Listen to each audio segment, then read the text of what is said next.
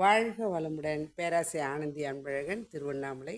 இன்றைக்கி சிந்தனையாக என்ன எடுத்துக்கலாம் அப்படின்னா, திருமூலரின் திருமந்திர பாடலாக 256வது பாடல் எடுத்துக்கலாம் இன்றைக்கி. அதில் தந்திரம் அப்படின்னு சொல்லிட்டு 16வது பாடலாக கொடுத்துருக்காங்க. என்ன சொல்கிறாரு? ஏன்னா திருமூலர் சொல்கிறாரு அப்படின்னா அதில் ஒரு அர்த்தம் இருக்கும். உண்மையிலுமே பாருங்கள், ஒரு வார்த்தையை வச்சுக்கிட்டே 4 வரியில் அவ்வளோ அழகாக சொல்கிறாரு அவர்.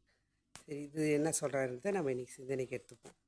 துறந்தான் வழிமுதல் சுற்றமும் இல்லை, இறந்தான் வழிமுதல் இன்பம் இல்லை, மறந்தான் வழிமுதல் வன்துலன் ஈசன், அறந்தான் அறியும் அளவறியாரே. அதாவது துறந்தான், இறந்தான், மறந்தான், அறந்தான் அப்படின்னு கொடுத்துருக்காரு. துறந்தான் அப்படின்னா எதை துறந்தான் அப்படின்னா, முற்றும் துறந்தவனுக்கு குடும்பத்திலேயோ சமுதாயத்திலேயோ அவனுக்கு பார்த்திங்க அப்படின்னா ஒட்டுறுதல் இருக்காது. ஆனால் அதால் அவங்க பார்த்திங்க அப்படின்னா நன்மை தான் அடைகிறாங்க. அதாவது இல்லை இது உலகத்தில் வாழ்ந்துட்டுருக்காங்க. ஆனால் அந்த இறைநிலை, அந்த பேரறிவு நிலை வந்துட்ட பிறகு அவங்க என்ன நினைக்கிறாங்க, அவங்க அந்த நிலையிலுக்கே போயிடுறாங்க. அப்போ முற்றும் துறந்தவனுக்கு சொந்தங்களில் தொடர்பு இல்லாததால் அவன் இறைநிலை நினைவிலே வாழ்கின்றான். ஏன்னா இறைநிலையே அவனுக்குள்ளே வந்ததால் தான். அப்படி தான் சித்தர்கள், மகான்கள், ஞானிகள் எல்லாமே. அப்போ இந்த வாழ்க்கை என்ன சொல்கிறது அப்படின்னா, அப்போ இந்த வானப்பிரசம், அதாவது பிரசம் அப்படின்னு சொன்னால், அதாவது பார்த்திங்க அப்படின்னா பொதுவாக வாழ்க்கையில், மனித வாழ்க்கையில் 4 விதத்தில் இருக்கும். ஒன்று பார்த்திங்க அப்படின்னா பிரம்மச்சரியம், கிரகஸ்தன், வானப்பிரசந்தம், 4வது பார்த்திங்கன்னா சந்நியாசம். அப்போ இந்த 2 நிலையும் சேர்ந்த நிலையில், அந்த நிலையில் அவங்க மாறும் பொழுது அப்படி தான் சித்தர்கள், மகான்கள், ஞானிகள்லாம். அப்போ அவங்களுக்காக வாழ்ந்தாங்களான்னா அவங்க சொன்ன வார்த்தைகள் இன்றைக்கி வாழ்ந்து கொண்டு இருக்கிறது. அப்போ வாழும்போதே அவங்க வாழ்க்கையை இறைநிலை உணர்வோடு வாழும்போது சொந்தங்கள் இருந்தது.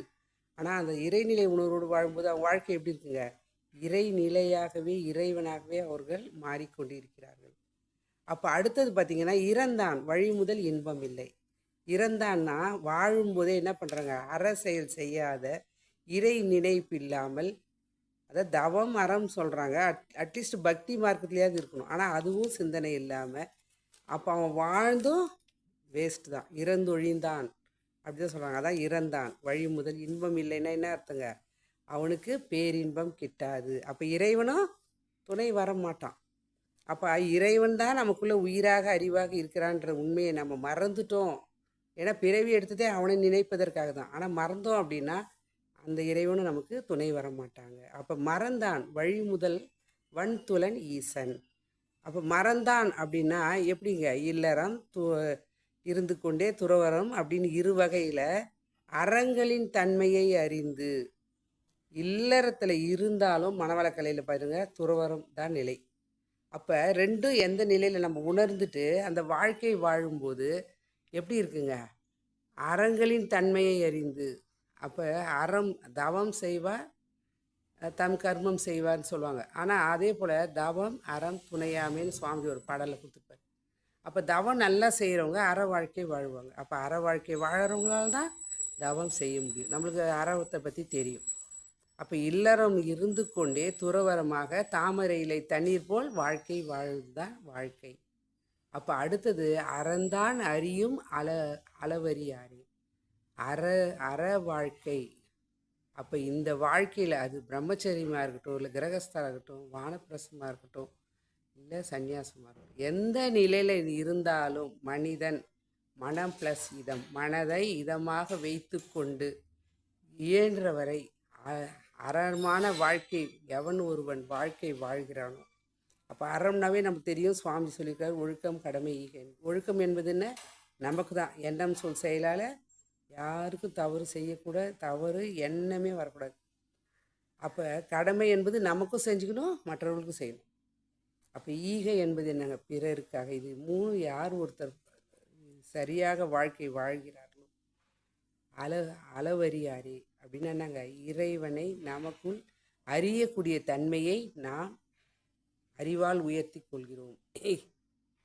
இறைவன் நமக்குள் உறைவாக இருக்கிறார் என்பதை நம்ம உணர்ந்து கொண்டோம் அப்படின்னா இதை விட சிறப்பு வேறு எதுவும் இல்லை. அப்போ வாழும்போதே வாழ்க்கை எப்படி இருக்குங்க, அறமான வாழ்க்கை வாழ்ந்தோம் அப்படின்னா நம்ம பிறந்து இறக்கணும்னு அவசியம் இல்லை. இருக்கும்போதே இறந்த நிலையில் இருந்து அதாவது பார்த்திங்கன்னா இறந்த நிலையில் மறந்த நிலையில் இறைநிலையோடு நம்ம வாழ்க்கை வாழ்ந்தோம் அப்படின்றது தான் இந்த அளவுக்கு விளக்கம் கொடுத்துருக்காரு. அந்த நிலையில் நம்ம வாழும்போதே இந்த உடலில் வலு இருக்கும்போதும் மனதில் தெம்பு இருக்கும்போதும் உயிரை உணர்ந்து வாழ்க்கையில் எல்லா வகையிலும் உயர்வடைய தவம் தவம் தவம் செய்து அற வாழ்க்கை வாழ்வோம் என்று சொல்லி இந்த அற்புதமான வாய்ப்பை அளித்த இறைநிலைக்கும் குருவர்களுக்கும் இதுகாலம் செய்யும் எடுத்த அனைத்து நல்ல அன்பு உள்ளவர்களுக்கு நன்றி. மீண்டும் சந்திப்போம், சிந்திப்போம். வாழ்க வளமுடன்.